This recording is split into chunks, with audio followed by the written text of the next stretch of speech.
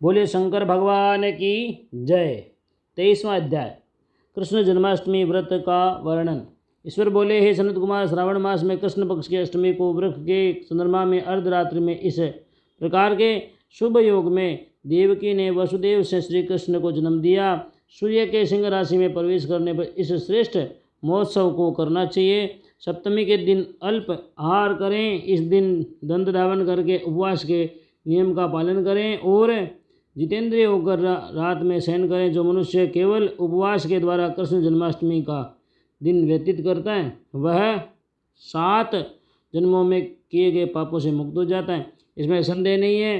पापों से मुक्त होकर गुणों के साथ जो वास होता है उसी को सभी भोगों से रहित उपवास जानना चाहिए। अष्टमी के दिन नदी आदि के निर्मल जल में तिलों के स्नान करके किसी उत्तम स्थान में देवकी का सुंदर सूती का ग्रह बनाना चाहिए, जो अनेक वर्ण के वस्त्रों, कलशों, फलों, पुष्पों तथा दीपों से शोभित हो और चंदन तथा अगर से सुवासित हो। इसमें हरिवंश पुराण के अनुसार गोकुल लीला की रचना करें और उसे बाजों की ध्वनियों तथा नृत्य गीत आदि मंगलों से सदा युक्त रखें। उस ग्रह के मध्य में षष्ठी देवी की प्रतिमा सहित स्वर्ण, चांदी, ताम्र, पीतल, मिट्टी, काष्ठ अथवा मणि के अनेक रंगों से लिखी हुई श्री कृष्ण की प्रतिमा स्थापित करें। वहाँ 8 शल्य वाले पर्यक पलंग के ऊपर सभी शुभ लक्षणों से संपन्न प्रसूता अवस्था वाली देवकी की मूर्ति रखकर उस सब को एक मंच पर स्थापित करें और उस पर पर्यक में स्तनपान करते सुप्त बाल रूप श्री कृष्ण भी स्थापित करें। उस सूतिका गृह में एक स्थान पर कन्या को जन्म दी हुई यशोदा को भी कृष्ण के समीप लिखें। साथ ही साथ हाथ जोड़े वे देवताओं, यक्षों, विद्याधरों तथा अन्य देवयोनियों को भी लिखें और वहीं पर खड्ग तथा ढाल धारण किए खड़े हुए वसुदेव की भी लिखें। इस प्रकार कश्यप के रूप में अवतीर्ण वसुदेव जी, अदिति स्वरूपा देवकी, शेषनाग के अवतार बलराम, अदिति के ही अंश से प्रादुर्भूत यशोदा, दक्ष प्रजापति के अवतार नंद, ब्रह्मा के अवतार गंगाचारी, सभी अप्सराओं के रूप में प्रकट गोपिका वृंद, देवताओं के रूप में जन्म लेने वाले गोपगण, कालनेमी स्वरूप कंस, उस कंस के द्वारा ब्रज में भेजे गए प्रकासुर, वत्सासुर, कुवलय, पीड़, केसी आदि असुर, हाथी से शस्त्र के लिए हुए दानव तथा यमुना दह में स्थित काले नाग, इन सब को वहाँ चित्रित करना चाहिए। इस प्रकार पहले उन्हें बदलाकर श्री कृष्ण के कुछ भी अन्य लीलाएँ किए, उन्हें भी अंकित करके भक्ति परायण होकर प्रयत्नपूर्वक 16 उपचार से देव की इस मंत्र से उनकी पूजा करनी चाहिए। वेणुद्धा वीणा की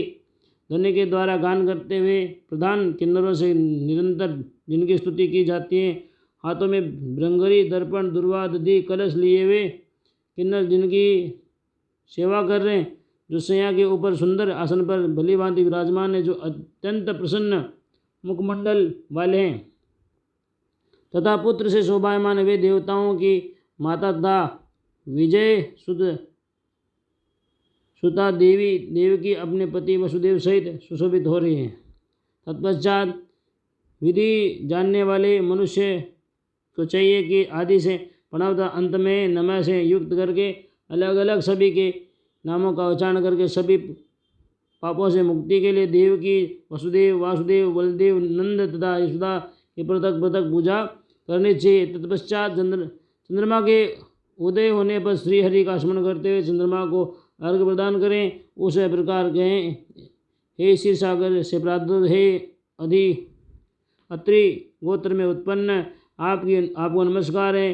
रोहिणी कांत, मेरे इस अर्घ्य को आप स्वीकार कीजिए। देवकी के साथ वसुदेव, नंद के साथ यशोदा, रोहिणी के साथ चंद्रमा और श्री कृष्ण के साथ बलराम की विधिवत पूजा करके मनुष्य कौन सी परम दुर्लभ वस्तु को नहीं प्राप्त कर सकता है। कृष्णाष्टमी का व्रत 1 करोड़ एकादशी व्रत के समान होता है। इस प्रकार से इस हाथ पूजन करके प्रातः नवमी तिथि को भगवती का जन्मोत्सव वैसे ही मनाना चाहिए जैसे श्री कृष्ण का अष्टमी के दिन हुआ था। तदनंतर भक्तिपूर्वक ब्राह्मणों को भोजन कराना चाहिए और उन्हें भी जो जो अभिष्ट हो वो गोधन आदि प्रदान करना चाहिए।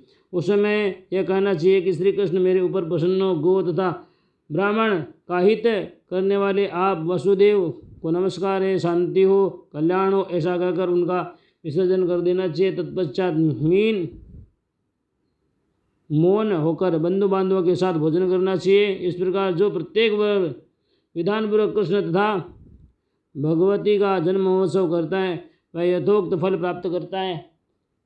उसे पुत्र संतान आरोग्यता अतुल सौभाग्य प्राप्त होता है। वह इस लोक में धार्मिक बुद्धि वाला होकर मृत्यु के अनंतर वेंकुट लोक को जाता है। हे सनत कुमार, अब इसके उद्यापन का वर्णन करूँगा। इसे किसी पुण्य दिन में विधि पूर्वक करें। एक दिन पूर्व एक बार भोजन करें और रात में हृदय में विष्णु का स्मरण करते हुए शयन करें।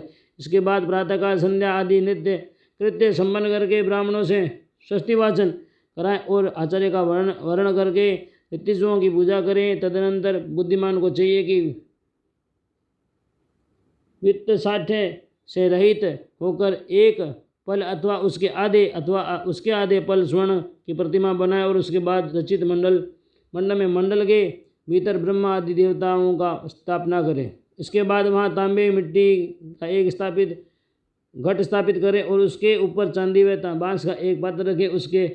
उसमें गोविंद की प्रतिमा रखकर वस्त्र से उसे आच्छादित करके बुद्धिमान मनुष्य 16 उपचारों से वैदिक तथा तांत्रिक मंत्रों के द्वारा विधिवत पूजन करें। तदनंतर संघ में पुष्प फल चंदन तथा नारकेल फल सहित शुद्ध जल लेकर पृथ्वी पर घुटने टेक कर यह कहते हुए देवकी सहित भगवान श्री कृष्ण अर्घ प्रदान करें। कंस के वध के लिए, पृथ्वी का भार उतारने के लिए, कौरवों के विनाश के लिए तथा दैत्यों के संहार के लिए आपने अवतार लिया है। हे हरे, मेरे द्वारा प्रदत्त इस अर्घ को आप देव की सहित ग्रहण करें। इसके बाद बुद्धिमान को चाहिए चंद्रमा को प्रोक्त विधि से अर्घ प्रदान करें। पुनः भगवान से प्रार्थना करें, हे जगन्नाथ, हे देव की पुत्र, हे प्रभु, हे वसुदेव पुत्र, हे अनंत, आपको नमस्कार है। भवसागर से मेरी रक्षा कीजिए।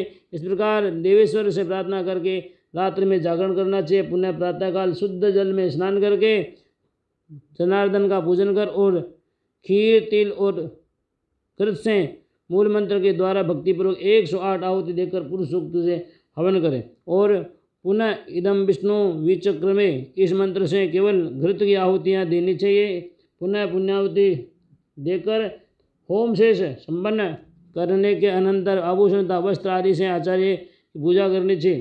तत्पश्चात व्रत की संपूर्णता के लिए दूध देने वाली सरल स्वभाव वाली बछड़े से युक्त उत्तम लक्षणों से संपन्न सोने की सींग, चांदी की खूर, कांस्य की दोहनी, मोती की पूंछ, ताम्र की पीठ तथा सोने के घंटे से अलंकृत की हुई एक कपिला गाय को वस्त्र से आच्छादित करके दक्षिणा सहित दान करना चाहिए। इस प्रकार दान करने से व्रत संपूर्णता को प्राप्त होता है।